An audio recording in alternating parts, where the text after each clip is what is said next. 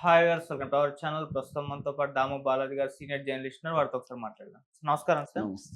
Sir, 'మంచు ఫ్యామిలీలో' వివాదం నేపథ్యంలో ఇప్పుడు 'మంచు మనోజ్‌కి' సంబంధించి ఒక వీడియో వైరల్ అవుతుంది సార్. అంటే 'మంచు మనోజ్' తాగేసి ఎవరినో కొడుతున్నాడు. మోహన్ బాబు ఏమో ఆపుతున్నాడు. ఆ వీడియో మొత్తం కూడా ఇప్పుడు సోషల్ మీడియాలో వైరల్ అయిపోతుంది. సో, ఈ వీడియో మరి ఎప్పటిది? ఇప్పటిదా? లేకుంటే పాతదా? మరి ఇప్పుడు ఈ ఘటన సందర్భంగా దీనివల్ల 'మంచు మనోజ్‌కి' ఏమైనా ఎఫెక్ట్ చూపించే అవకాశం ఏమన్నా ఉందా? మళ్ళీ తిరిగి గొడవలు ఇంకా పెరిగే ఛాన్సెస్ కనిపిస్తున్నాయా? మీరేం చెప్తారు సార్ ఆ వీడియో పైన? యాక్చువల్‌గా వాళ్ళది ఫ్యామిలీ సమస్యలాగా స్టార్ట్ అయ్యి అది ఆహ్, హ్మ్, బయటికొచ్చేసింది. క్రిమినల్ కేస్ అయిపోయింది. అవును. సో, దాని నుంచి ఇంకా నెక్స్ట్ లెవెల్‌కెళ్ళి ఆయన మీడియా పర్సన్స్ మీద చేసుకోవడంతో, ఆ మీడియా పర్సన్‌కి ఆహ్, ఎముక విరిగిపోయి కుట్లు పడే స్థాయి కుట్లే కాకుండా రాడ్ వేయాల్సిన పరిస్థితికి అంటే ఆ ఎముక 3 చోట్ల విరగడంతో రాడ్ సపోర్ట్ లేకపోతే అది నిలబడే పరిస్థితి లేదు. ఆ స్థాయిలో అంటే సీరియస్‌గానే అటాక్ చేసినట్టే అది. హ్మ్. ఆయనకి ఆ కోపంలో తెలీదు గానీ ఆహ్, కొట్టడం గట్టిగానే కొట్టాడు. సో, అప్పటికి ఆయన్ని లాగకపోయుంటే ఇంకా డ్యామేజ్ జరిగుండేది. వాళ్ళోళ్ళు ఎవరో ఇద్దరు ముగ్గురొచ్చి ఆయన్ని గట్టిగా లాగారు. లేకపోతే ఇంకా ఆయన దీంట్లో కొట్టేసి ఉండేవాడు భయంకరంగా. హ్మ్. సో, ఈ రెండోదేందంటే ఆయన కొట్టడం ఇప్పుడు కొత్త కాదు. జర్నలిస్ట్‌లు ఆయనే చెప్తున్నాడు. ఒకసారి దాసరిని అన్నాడని కొట్టాడని ఆయనే ఇంటర్వ్యూలో చెప్తున్నాడు. అంతకుముందు గూడా వాళ్ళ భార్య ఫస్ట్ భార్య విద్యాదేవి చనిపోయినప్పుడు గూడా ఆంధ్రభూమికెళ్ళి విలేకరులను కొట్టాడన్న వార్తలు గూడా అప్పట్లో మనకి వచ్చాయి. అవును. ఆ తర్వాత ఆయన అనేక మంది హీరోయిన్‌లని గావచ్చు, లేకపోతే డైరెక్టర్‌లని గావచ్చు, ఇతర ఆర్టిస్ట్‌లని కొట్టిన సందర్భాలు గూడా అనేక సార్లున్నాయి. ఆయన గూడా ఇంటర్వ్యూల్లో విష్ణుతో నటించిన ఒక అమ్మాయి డైరెక్టర్‌ని షటప్ అనింది. షాజీ కైలాస్ మలయాళం డైరెక్టర్‌ని. హ్మ్. అందుకని నేను కొట్టానన్నట్టుగా కొట్టానని నోట్లో ఆ మాట రాలేదు గానీ, అలా జరిగినప్పుడు ఎవరైనా ఏం జేస్తారు? అది జరిగిందన్నట్టుగానే మాట్లాడాడు. ఓకే. అట్లాగే 'జయంతి' విషయం సీనియర్ యాక్టర్ అప్పుడు గూడా ఏదో జరిగిందిలే గానీ, అది ఇప్పుడు నేను మాట్లాడనన్నాడు. క్లియర్‌గా ఆ ఇంటర్వ్యూలో గూడా ఆయన డైరెక్ట్‌గాను, ఇండైరెక్ట్‌గాను తాను కొడుతున్నాను అనేది చెప్తున్నాడు. నాకు ఓకే. కోపం ఎక్కువుంది. మా నాన్న గూడా ఉండేది కోపం. మా నాన్న కోపమే నాకొచ్చిందని గూడా చెప్తున్నాడు. ఓకే. కోపాలు ఉండొచ్చు. కానీ అది పబ్లిక్‌గా జరిగినప్పుడు లీగల్‌గా దానికి సంబంధించిన బాధ్యత వహించాలి. నాకు హ్మ్. కోపం ఉంది కాబట్టి నేను ఎవరినంటే వాళ్ళని కొడతాను లేదా చంపేస్తాను.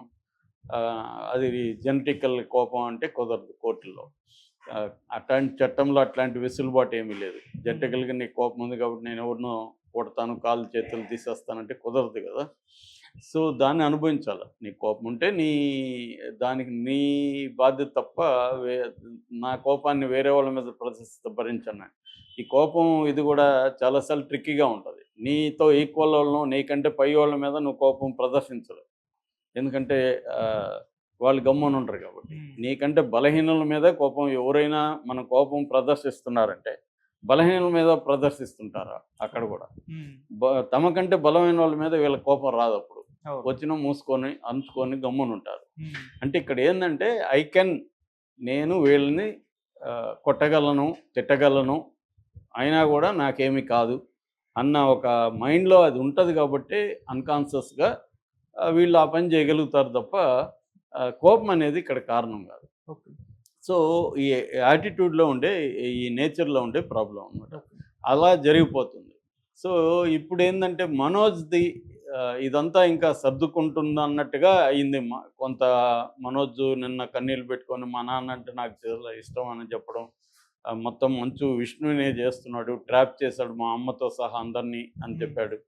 సో, ఏదేమైనా పంచాయతీ అనేది ఇంకా ఒక పీక్ స్టేజ్‌కెళ్ళిపోయినాక ఇంకా వెళితే ఇబ్బంది గాబట్టి, దీన్నేదో సర్దుకొని, కూర్చొని పెట్టుకొని, మాట్లాడుకొని ఈ ఫ్యామిలీలో సర్దుకునే కార్యక్రమం అందరూ చేసే అవకాశం. ఎందుకంటే ఒక ఆవేశం బర్స్ట్ అయిపోయినాక, అప్పుడు ఇంకా ఆలోచన మొదలవుతుంది. ఓకే. సో, ఇప్పుడు అయిపోయింది. దీన్ని ఎలా కరెక్ట్ చేసుకోవాలనేది వాళ్ళు చేసుకుంటారు. అది ఎందుకంటే ఫ్యామిలీ మ్యాటర్ గాబట్టి, ఏదేమైనా తండ్రి, కొడుకు ఎంత అరుచుకున్నా, కొట్టుకున్నా మళ్ళీ తండ్రి, కొడుకుల వాళ్ళు అన్నదమ్ములే. హ్మ్. కాబట్టి అది సర్దుకుంటారు.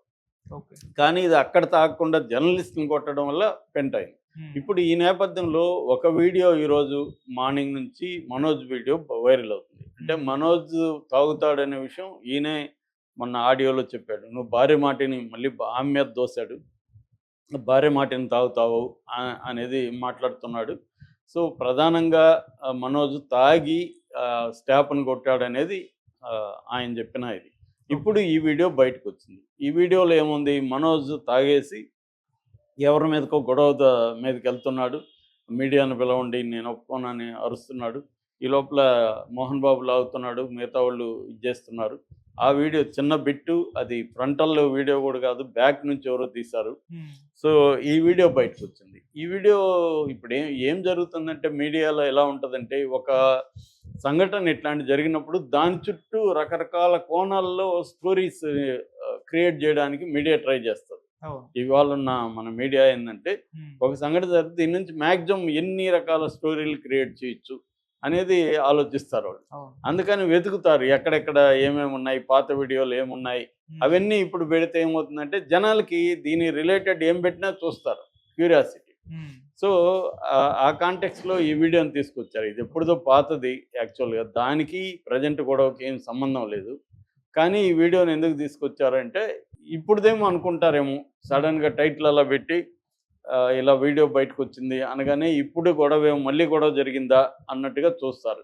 ఎందుకంటే మన ఆడియన్స్ కూడా ఎలా ఉంటారంటే, ఏదైనా ఒక సెలబ్రిటీ ఫ్యామిలీలో గొడవలు జరుగుతుంటే దాన్నే క్యూరియస్గా చూస్తారు. ఇప్పుడు మనం ఎక్కడికి పోయినా ఎవరైనా కలిసినప్పుడు మనం మీడియా పర్సన్ అనగానే వాళ్ళు అడిగే ఫస్ట్ మాట ఏంటి, సార్ ఏం సార్ మోహన్ బాబు గొడవ, ఫ్యామిలీ గొడవ ఏంటి సార్ అని అడుగుతారు. అడిగి వాళ్ళకి కొన్ని అభిప్రాయాలు ఉంటాయి. లేదండి సార్, అదంట సార్, ఇదంట సార్ అని వాళ్ళు మనకే చెప్తుంటారు అసలు విషయం ఇదంతా సార్ అనేసి.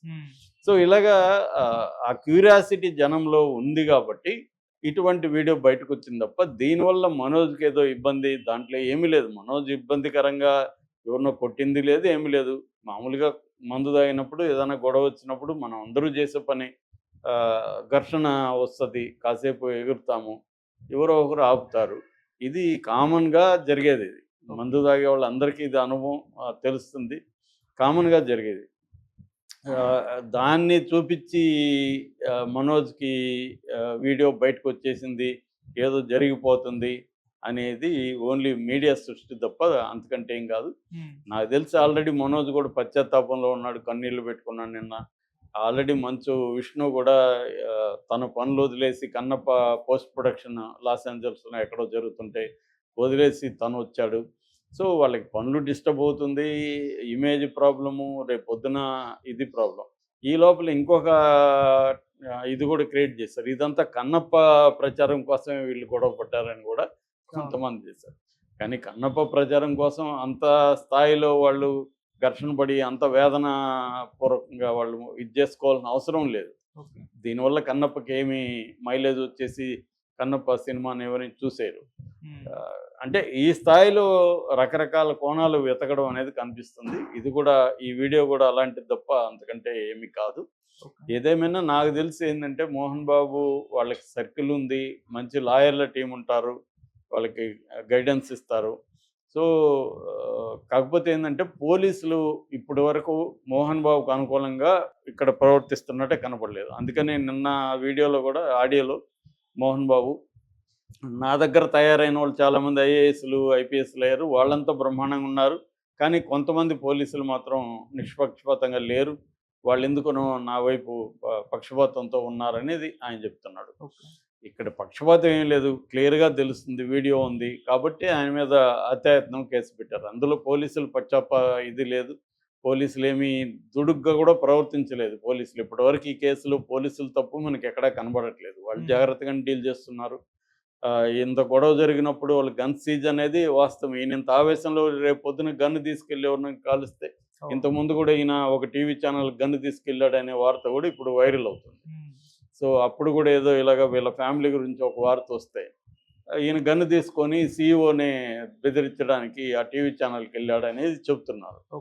కాబట్టి అలాంటి ఒక ఆవేశపు, నిజానికి ఆయన గన్ లైసెన్స్ వేయకూడదు నా ఇదైతే. ఎందుకంటే అంత కోపిస్ట్కి గన్ లైసెన్స్ ఇస్తే రేపు పొద్దున ఆయన ఆ కోపంలో ఏం చేస్తాడో ఆయనకు కూడా తెలియదు కదా. అట్లాంటి వాళ్ళకి గన్ లైసెన్స్ ఇవ్వకూడదు యాక్చువల్గా. ఎందుకంటే ఒక మారణాయుధం అతని దగ్గర ఉంటే ఆ కోపంలో, ఇప్పుడు మైక్ ఉన్నది కాబట్టి ఇది చేస్తాడు, రేపు గన్ ఉంటే ఆయన కోపంలో పేల్చాడు అని ఆయన ఏం జరుగుతుందో ఆయనకే కదా. ఆయన అంటున్నాడు కదా ఇంటర్వ్యూలో కూడా, కోపం అనేది నా బలహీనత, నేను కంట్రోల్ చేసుకోలేను, చిన్న తప్పుకు కూడా పెద్ద కోపం వస్తుందని ఆయనే చెప్తున్నాడు. సో అట్లాంటివి పోలీసులు కూడా ఇదేమన్నా జరుగుతుందేమో అని చెప్పి వాళ్ళు లైసెన్స్ రద్దు చేశారు, గన్లని వెనక్కి ఇమ్మన్నారు. వాళ్ళు తప్పేం లేదు. అట్లాగే బౌన్సర్ల వల్లనే కదా ఇంత గొడవ. బౌన్సర్లు పెట్టుకోవడానికి కూడా నేను చెప్పాను నిన్న, దానికి కూడా ప్రైవేట్ సెక్యూరిటీ యాక్ట్ ఉంది. ఆ యాక్ట్ ప్రకారం ఉండాలి తప్ప నీ ఇష్టం వచ్చినట్టుగా బౌన్సర్లను పెట్టుకొని హల్చల్ చేస్తానంటే కుదరదు ఇక్కడ. దానికి చట్టాలు ఉంటాయి మన దేశంలో. సో కాబట్టి పోలీసుల వ్యవహారం ఇప్పటివరకు మనకి ఏ రకంగా పోలీసులది తప్పు కనబడలేదు వీళ్ళ విషయం డీలింగ్లో. కాకపోతే ఆయనకి ఏంటంటే తనకు అనుకూలంగా లేరన్న ఒక బాధ అయితే కనిపిస్తుంది. ఏదేమైనా వాళ్ళ కుటుంబ సమస్య పరిష్కారం చేసుకుంటే మనం మాట్లాడాల్సిన అవసరం మనకి అసలు లేదు. Okay sir, thank you so much.